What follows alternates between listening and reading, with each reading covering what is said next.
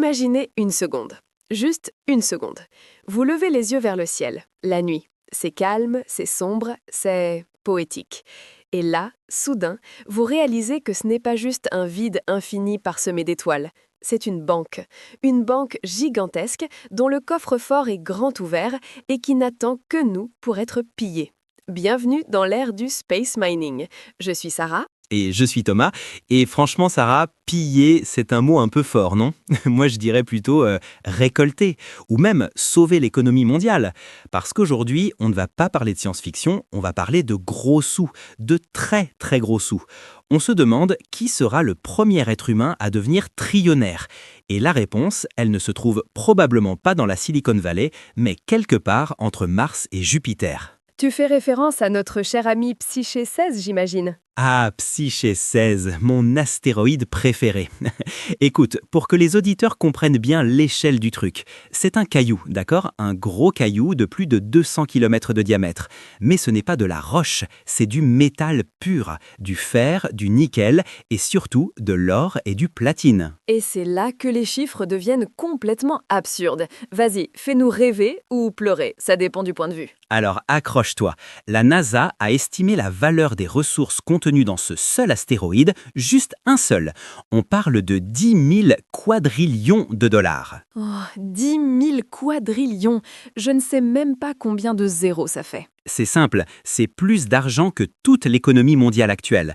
Si on ramenait tout ça sur Terre et qu'on le partageait équitablement, ce qui n'arrivera jamais, on est d'accord, mais en théorie, ça ferait de chaque habitant de la planète un milliardaire. C'est la fin de la pénurie, Sarah. On a passé des siècles à se battre pour des bouts de territoire, pour du pétrole, pour des ressources limitées. Là, on a l'infini à portée de main. C'est l'abondance absolue. C'est l'abondance ou c'est l'effondrement total de l'économie? Parce que Thomas, soyons réalistes 2 minutes. Si tu ramènes autant d'or sur Terre, le cours de l'or s'effondre instantanément. Ton alliance en or, elle vaudra le prix d'une canette de soda. Ouais, c'est vrai, c'est le paradoxe. Mais l'intérêt, ce n'est pas forcément de ramener l'or pour faire des bijoux. C'est les métaux rares, le platine, le cobalt, tout ce dont on a besoin pour nos technologies vertes, nos batteries, nos panneaux solaires. Aujourd'hui, on détruit le sol terrestre, on creuse des mines horribles en Afrique ou en Amérique du Sud pour extraire quelques grammes de lithium. Là, on pourrait aller chercher ça là-haut, proprement. Proprement, c'est là que je tique, Tovas. Tu dis proprement parce que c'est loin de nos yeux.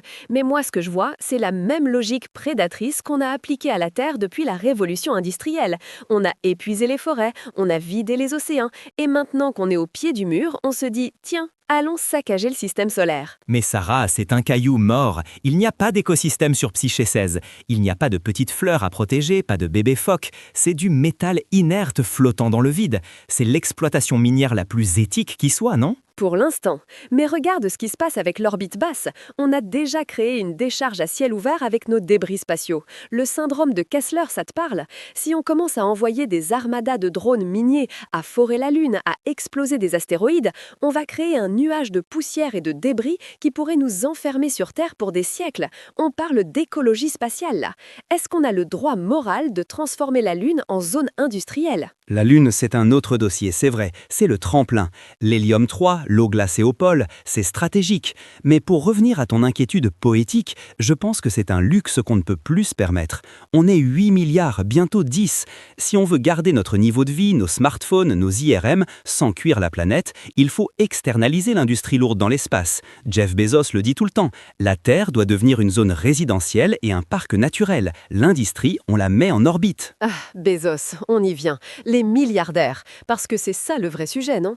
Qui va profiter de cette ruée vers l'or? Ce n'est pas toi ni moi, Thomas. On ne va pas recevoir un chèque de la NASA. Malheureusement non. C'est une course privée. On a SpaceX, on a Blue Origin, on a des startups comme Astroforge qui lèvent des millions en ce moment même. C'est le Far West, littéralement. Et comme au Far West, il n'y a pas de shérif. Parlons un peu de géopolitique. Le traité de l'espace de 1967, il dit quoi?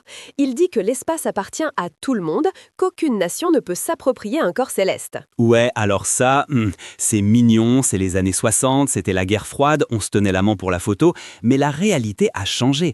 Les États-Unis ont passé le Space Act sous Obama qui dit en gros « Ok, vous ne pouvez pas possédez la Lune, mais si vous extraitez un caillou, le caillou est à vous. C'est la nuance qui change tout. C'est une nuance qui ressemble surtout à une déclaration de guerre déguisée. La Chine ne voit pas ça du tout du même œil. Ils ont leur programme Chang'e, ils visent le pôle sud lunaire. Si demain une entreprise américaine pose un robot d'extraction sur le meilleur gisement de glace d'eau de la Lune, tu crois que Pékin va envoyer une carte de félicitations? C'est clair que ça crée des tensions. On le voit avec les accords Artemis. Les Américains essayent de créer une sorte d'OTAN de l'espace pour fixer les règles avant que les autres arrivent. Mais c'est inévitable, Sarah. Là où il y a de la ressource, il y a du conflit. Mais regarde le bon côté, ça booste l'innovation technologique à une vitesse folle. L'innovation, d'accord, mais pour qui? C'est ça qui m'angoisse. On est en train de privatiser le ciel. Imagine un futur où l'accès aux ressources vitales dépend du bon vouloir d'une poignée de conglomérats spatiaux. Elon Musk, il ne veut pas juste miner, il veut coloniser Mars. Il veut créer une nouvelle civilisation dont il serait, de facto, le quoi? L'empereur? Le Techno King, s'il te plaît, respecte son titre officiel. Non mais je vois ce que tu veux dire. Le risque de monopole est réel. Si une seule compagnie contrôle l'approvisionnement en platine, elle tient l'économie mondiale par les... Enfin, tu m'as compris. Mais c'est pour ça que la compétition est saine. On a besoin que l'Europe se réveille, que le Japon aille aussi. L'Europe, on est encore en train de débattre pour savoir si on lance une fusée Ariane 6 qui a 10 ans de retard. Pendant ce temps, Starship est prêt à faire des rotations cargo. On est largué, Thomas. Pas totalement, pas totalement. Le Luxembourg, par exemple, c'est tout petit, mais c'est devenu le paradis fiscal et légal du space mining en Europe. Ils investissent à fond, donc ne sous-estime pas le vieux continent.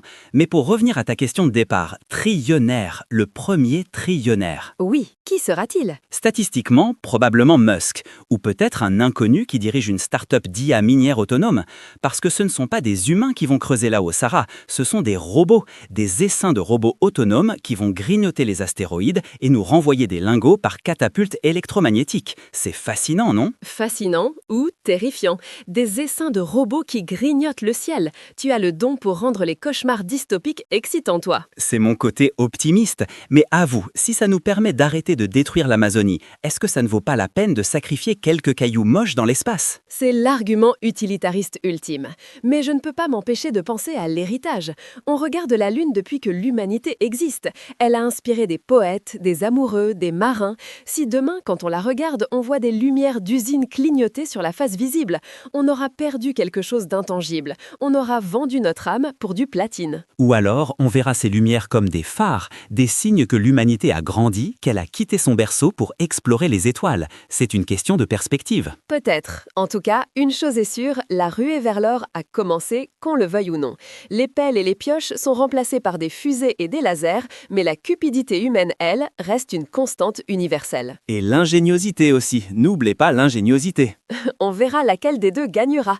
Merci Thomas pour ce voyage vertigineux. Merci Sarah. Et n'oubliez pas, regardez vers le haut, c'est là que se trouve votre futur compte en banque. Ou votre futur maître. C'était Podcaster Pro, à la semaine prochaine.